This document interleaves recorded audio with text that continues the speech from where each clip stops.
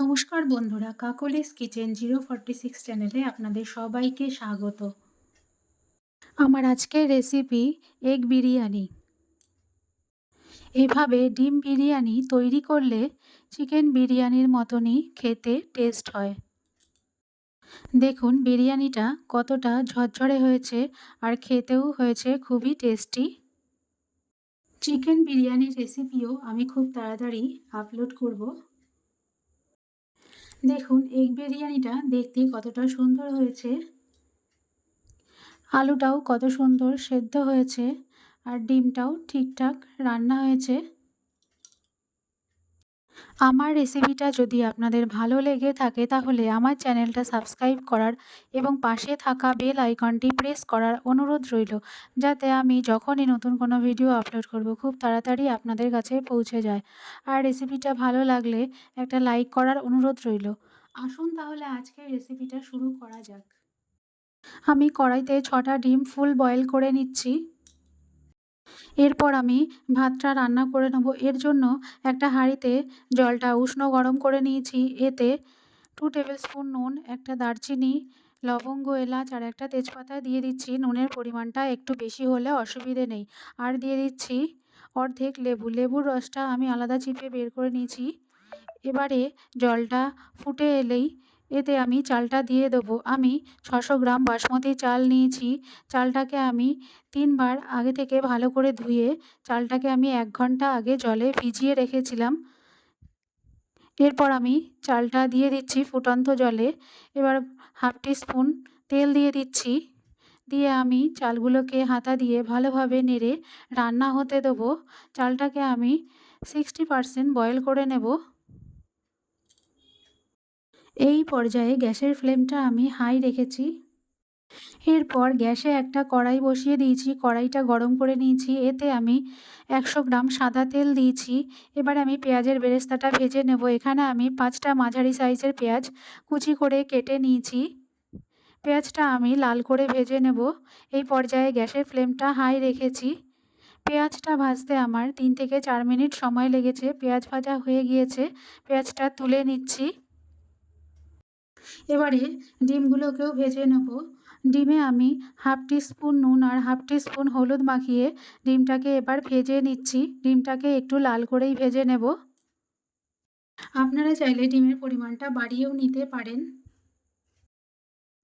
এদিকে আমি ভাতটা দেখে নিচ্ছি। ভাতটা 60% বয়েল হয়ে গিয়েছে। ভাতটা রান্না হয়ে গিয়েছে। এবারে আমি ভাতটার ফ্যান ঝরিয়ে নেব। ডিমটাও ভাজা হয়ে গিয়েছে। ডিমটা আমি তুলে নিচ্ছি। এবারে আমি আলুগুলোকে ভেজে নেব। আমি এখানে 5টা মাঝারি সাইজের আলু গোল করে কেটে নিয়েছি। 2 টুকরো করে আলুগুলোকে আমি সামান্য নুন আর সামান্য হলুদ দিয়ে আগে থেকে বয়েল করে নিয়েছি। সেটা আপনাদের দেখানো হয়নি। আলুগুলোকে একটু লাল করে ভেজে নিয়েছি। আলুটা ভাজতে আমার প্রায় 1 মিনিট সময় লেগেছে। আলুটাকেও আমি তুলে নিচ্ছি। এবারে ওই তেলে আমি 1 টেবিল স্পুনেরও বেশি রসুন বাটা দিয়ে দিচ্ছি। রসুনটাকে সামান্য একটু নেড়ে চেড়ে এরপর এর মধ্যে 1 টেবিল স্পুন আদা বাটাও দিয়ে দিচ্ছি। আদা আর রসুনটাকে কয়েক সেকেন্ড নেড়ে চেড়ে এবারে এর মধ্যে পেঁয়াজ বাটাটাও আমি অ্যাড করে দিচ্ছি। এখানে আমি 4টে মাঝারি সাইজের পেঁয়াজ শিলপাটায় বেটে নিয়েছি। এবার সব কিছুকে আমি একসাথে ভালোভাবে কষিয়ে নিচ্ছি হাই ফ্লেমে, যতক্ষণ না মশলা থেকে তেল ছেড়ে আসছে। 2-3 মিনিট পেঁয়াজটা কষানোর পর পেঁয়াজটা থেকে তেল ছেড়ে এসছে। এবারে এর মধ্যে কিছু ড্রাই মশলা দিয়ে দিচ্ছি। আমি এখানে 1 টেবিল স্পুন জিরে গুঁড়ো, 1 টিস্পুন ধনে গুঁড়ো, 1 টিস্পুন হলুদ গুঁড়ো, 1 টেবিল স্পুন শুকনো লঙ্কার গুঁড়ো আর 1 টেবিল স্পুন কাশ্মীরি লাল লঙ্কার গুঁড়ো দিয়ে দিচ্ছি। দিয়ে আমি ভালোভাবে মশলাগুলোকে কষিয়ে নিচ্ছি। এবার মশলা ধোয়া জলটাও আমি দিয়ে দিচ্ছি। দিয়ে আমি ভালোভাবে কষিয়ে নেব। আর দিচ্ছি হাফ টিস্পুন নুন। সব কিছুকে ভালোভাবে কষিয়ে নিতে হবে। এই পর্যায়ে গ্যাসের ফ্লেমটা আমি হাই রেখেছি। মশলাটা থেকে তেল ছেড়ে এলে সামান্য পরিমাণ জল দিয়ে আরও একবার মশলাটাকে কষিয়ে নেব মিডিয়াম টু হাই ফ্লেমে। এভাবে দুবার আমি জল ছিটিয়ে মশলাটাকে কষিয়ে নিয়েছি। এবার মশলাটা থেকে তেল ছেড়ে এসছে, ডিমগুলোকেও আমি দিয়ে দিচ্ছি। দিয়ে আমি মশলাটাকে আরও ভালোভাবে একটু কষিয়ে নিচ্ছি ডিমের সঙ্গে। কষানো হয়ে গিয়েছে, এবারে এর মধ্যে আমি ১ গ্লাস জল দিয়ে দিচ্ছি। জল দিয়ে ভালোভাবে ঝোলটাকে ফুটিয়ে নিতে হবে। এই পর্যায়ে আমি 3 টেবিল স্পুন টক দই অ্যাড করে দিচ্ছি। দইটা আপনারা মশলাটা কষানোর সময়ও অ্যাড করতে পারেন। তবে আমি এই পর্যায়ে দিয়েছি। আরও কিছুটা জল অ্যাড করে দিচ্ছি। এবার জল অ্যাড করে দিয়ে ডিমটা ফুটে আসা পর্যন্ত অপেক্ষা করতে হবে। আমি এখানে ২ মিনিট হাই ফ্লেমে ঝোলটাকে রান্না করে নিয়েছি। ডিমটা প্রায় হয়ে গিয়েছে। ডিমের কারিটা রেডি হয়ে গিয়েছে। এবারে আমি গ্যাসটা অফ করে দিয়ে নামিয়ে নিচ্ছি। এরপর আমি হাঁড়ির ভেতরে 1 টেবিল স্পুন ঘি মাখিয়ে নিয়েছি। এরপর আমি অর্ধেক পরিমাণ ভাত চারিদিকে ছড়িয়ে দিয়েছি আর 3টে ডিম দিয়ে দিচ্ছি আর সামান্য পরিমাণ গ্রেভি চারিদিকে ছড়িয়ে দিচ্ছি। আমি এখানে 2টো লেয়ারে বিরিয়ানিটা সাজিয়ে নেব, আপনারা চাইলে 3টেও করতে পারেন। এরপর আমি আলুগুলোকেও চারিদিকে সাজিয়ে দিচ্ছি।